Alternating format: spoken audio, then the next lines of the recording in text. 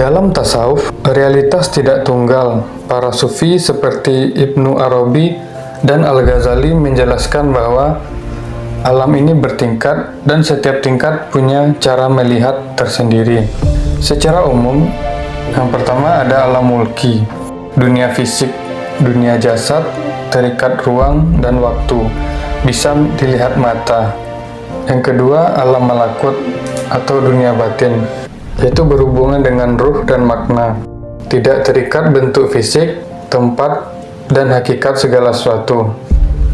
Alam malakut bukan dilihat dengan mata, tapi dengan hati atau kesadaran batin.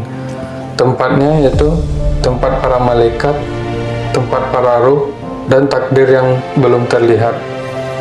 Istilah malakut ada dalam Al-Quran, misalnya dalam surah Al-An'am ayat 75, Allah memperlihatkan kepada Nabi Ibrahim malakut langit dan bumi.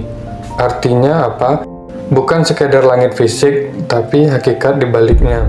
Bukan sama, tapi bisa dianalogikan, seperti dimensi lain dalam fisika, atau seperti gelombang tak terlihat, gelombang radio atau sinyal.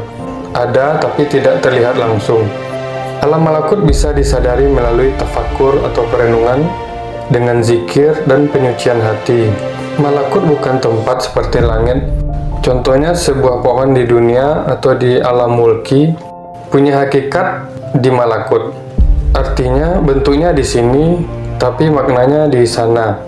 Menurut Ibnu Arabi, dunia ini adalah bayangan. Malakut adalah hakikatnya. Kalimat sederhananya, apa yang kita lihat hanyalah manifestasi dari sesuatu yang lebih dalam. Dalam tasawuf, malakut tidak dilihat dengan mata, tapi dengan basiroh atau mata hati. Untuk membukanya, yaitu para sufi mengajarkan seperti tazkiyatun nafs atau penyucian jiwa, zikir terus-menerus, dan tafakur mendalam. Semakin bersih hati seseorang, maka semakin tipis pula hijab atau penghalangnya. Menurut Imam Al-Ghazali, manusia itu terhalang melihat malakut bisa karena nafsu, ego, dan keterikatan dengan dunia. Jika hijab terbuka, maka seseorang itu bisa merasakan realitas lebih mendalam, memahami makna di balik kejadian. Dalam banyak penjelasan sufi, takdir terbentuk di malakut, lalu terwujud di mulki. Artinya, yang terjadi di dunia adalah bayangan dari keputusan di alam lebih tinggi. Bayangkan alam mulki itu ibaratkan layar film, dan alam malakut seperti file asli di balik layar. Kita hanya melihat tampilan, bukan sumbernya. Sebagian sufi mengalami mimpi yang benar, mendapatkan ilham atau inspirasi batin, dan ketenangan yang luar biasa.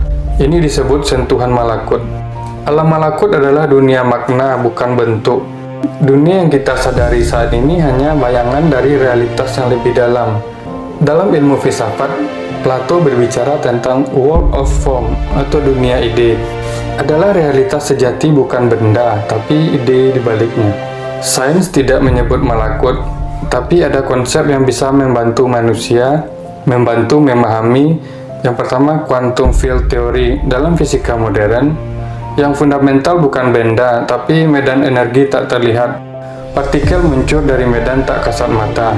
Analoginya yaitu dunia fisik sama dengan hasil, malakut sama dengan medan makna atau dibaliknya. Dalam teori modern, alam semesta bisa dipahami sebagai informasi. Materi sama dengan manifestasi dari pola informasi. Dalam tasawuf, malakut tempat informasi ilahi yang tersimpan. Sains kognitif menunjukkan otak tidak melihat realitas langsung, tapi membangun model internal. Tasawuf mengatakan hati bisa melihat realitas lebih dalam, yaitu malakut. Para sufi tidak hanya membahas, tapi mengalami melalui zikir mendalam, tafakur, dan tazkiyatun nafs atau penyucian jiwa. Mereka mengatakan tabir atau hijab antara mulki dan malakut bisa tersingkap. Apa yang kita lihat hanyalah bayangan, apa yang nyata seringkali tidak terlihat. Dan malakut adalah tempat di mana realitas sejati itu berada.